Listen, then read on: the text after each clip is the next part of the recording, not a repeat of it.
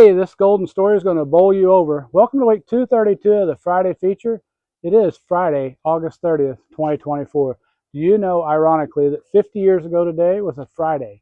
And I, at 7 years old, was getting ready to attend a wedding with my single mother, who was getting ready to get married to this gentleman right here 50 years ago tonight at 12:15. What in the world has kept you guys together for 50 years?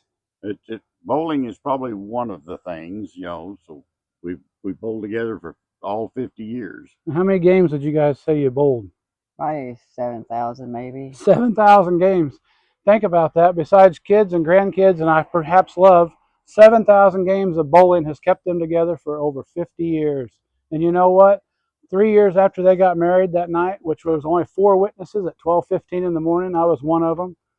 Dad adopted me when I was 10. And then 5 years later, I got a little sister. But here's the deal, guys. 50 years goes by fast. Get out there, tell the people that you love, tell them, let them know that you care about them and appreciate them, because life's going to go short.